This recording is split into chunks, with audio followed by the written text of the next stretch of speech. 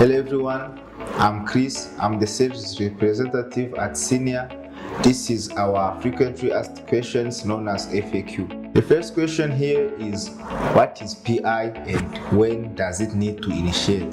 PI is proforma invoice. After all technology and quotation are agreed by a customer, we will send contract and PI or PO to a customer. So it is needed for payment. What is the validity period for PI and on what basis we decide? In terms of delivery, what does CFR means? How many terms of payment and what are they?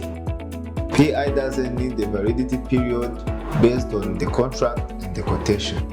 There is one time of delivery which includes the delivery fee but doesn't include the insurance. When you check your quotation, it may be EXW term. Thanks for watching our video. Please subscribe, comment, share and like our content. See you next time. Bye.